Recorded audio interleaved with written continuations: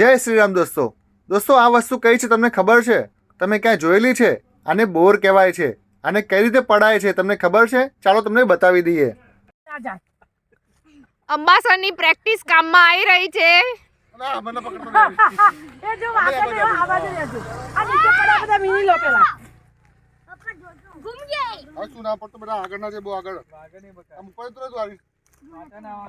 દોસ્તો ઘણી જગ્યાએ રોડ ઉપર અને ખેતરની અંદર આવી બોરડીઓ હોય છે.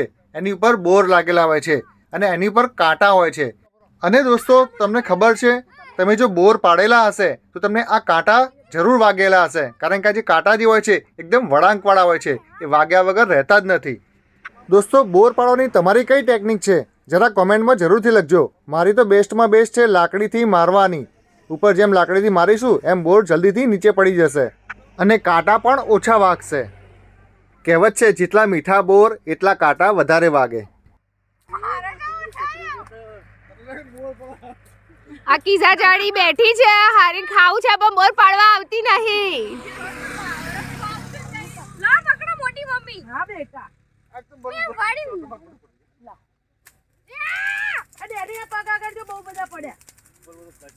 દોસ્તો આવા નવા એક્સપિરિયન્સ કરવા ખરેખર લાઈફમાં જરૂરી છે અને આપણા નાના છોકરાઓને આ બધી વસ્તુ શીખવાડવી પણ અત્યંત જરૂરી છે, કારણ કે આપણે નાનપણમાં ઘણી વસ્તુ આવી કરેલી છે.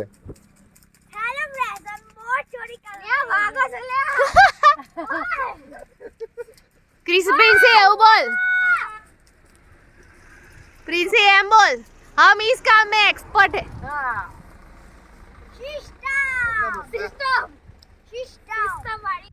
बोल. અમે કાઠિયાવાડમાં ગયા હતા, ઈકાને સીતાફળ ચોર્યા અને આટલે ચોર્યા છે બોર. કે આસે કશું જ અમે નાખતા નહીં, બધું જ ચોરી કરી લઈએ. ખાસ કરીને મોટી મમ્મીની નજર હારી જાય છે. અરે જો હરેશના પાસે આખો વિડિયો ડ્રામા તું જોય આવા ખાવા એને ખાધેલી આવા તો બોર ખાવા. દોસ્તો જાતે બોર તોડીને ખાવાની કંઈક મજા જ કંઈક અલગ હોય છે. આને ચોરી ના કહેવાય, આને મહેનત કહેવાય. એટલા બધા બોર ચોરી કર્યા છે. મસ્ત બોર છે. કેવા છે ક્રિશા બોર? સારા છે. પ્રિન્સી મસ્ત છે બોર. અરે પાસે બોટલ રાખી ચાલે. અરે